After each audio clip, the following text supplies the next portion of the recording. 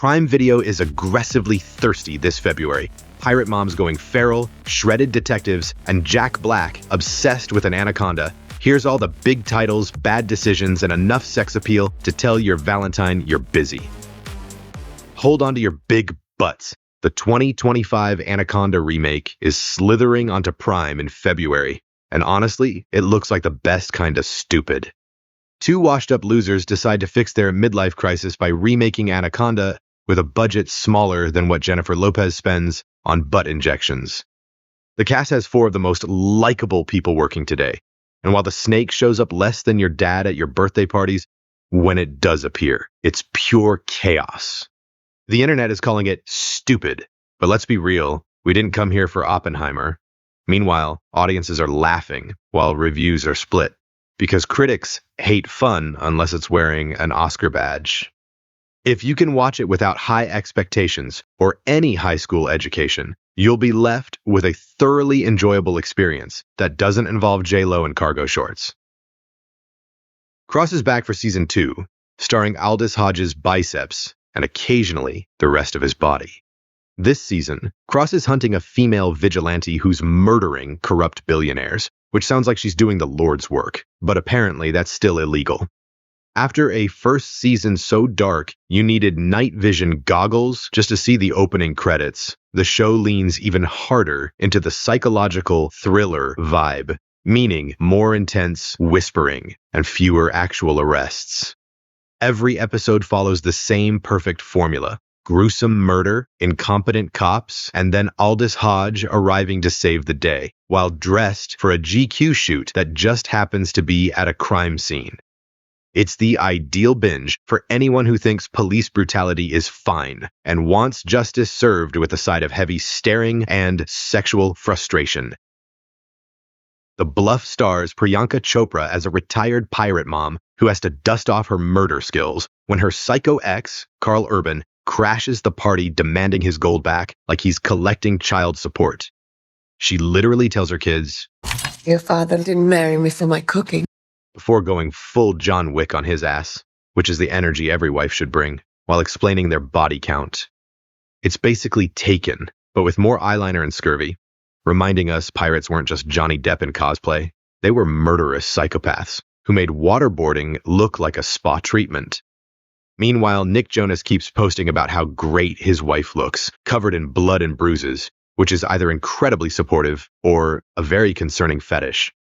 The movie promises brutal R-rated violence, so it's really just a romance novel that skipped the foreplay and went straight to domestic violence. Here are some shows with exciting finales this February. The Geneva Convention violation known as Beast Games is still holding us hostage, while slowly limping toward the season 2 finale on February 25th. Nothing says prestige television quite like a YouTube star making people compete in a warehouse, while Jeff Bezos collects the ad revenues. The Valentine's Solo Handbook, that is Fallout Season 2, finally ends on February 4th, after stretching weekly episodes from December through 2 full months. Let's be real, we're only watching to see Walton Goggins act circles around the rest of the cast while looking like a piece of beef jerky that fell under the fridge. The Night Manager Season 2 ends February 1st, after critics universally agreed it wasn't worth the decade-long wait. 10 years for 6 softcore episodes is the kind of efficiency that makes even George R.R. Martin look productive. Next, we have 56 Days, a show that makes Fatal Attraction look like Christian Mingle. It stars Dove Cameron and Avan Jogia, two strangers who meet cute during COVID and immediately start banging like they're trying to hump the virus out of each other. 56 days later, cops find a brutally murdered corpse decomposing in a bathtub, and suddenly we're all playing Guess Which Hot Person is the Dead One. The show pretends it's a deep psychological thriller, but it's really about two idiots with commitment issues and a body count, just because the sex was decent, and both leads look like they were genetically engineered to sell Plan B at Coachella. All 8 episodes hit Prime February 18th. Perfect Valentine's Week viewing for reminding yourself why staying single isn't actually that bad. Vanished stars Kaylee Cuoco as an archaeologist whose boyfriend pulls a full Houdini on a train to France, proving that the male urge to ghost is stronger than the female urge to nag.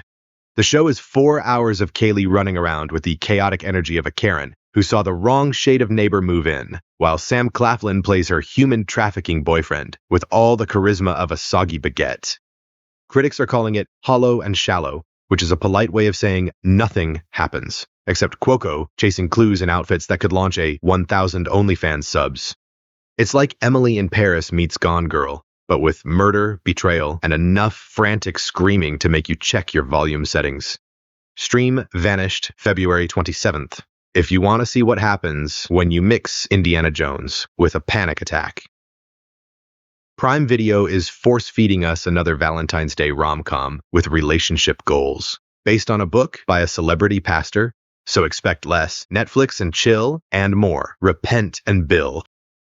Kelly Rowland plays a woman who worked her ass off, climbing toward TV executive status, only for her ex, Method Man, to waltz back in, claiming God told him they should reconnect, spiritually, under the sheets.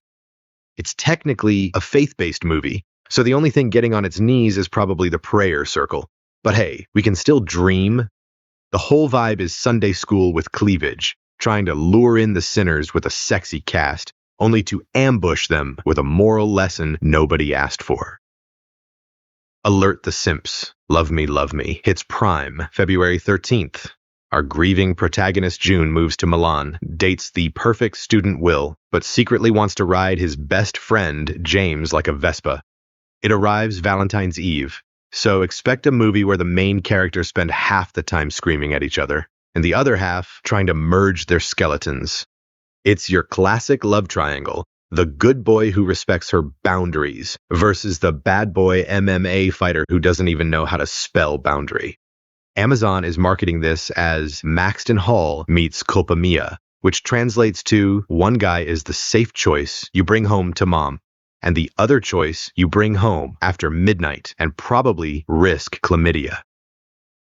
The Grey House is a Civil War spy drama where women weaponize manners and Southern hospitality to completely screw over the Confederacy.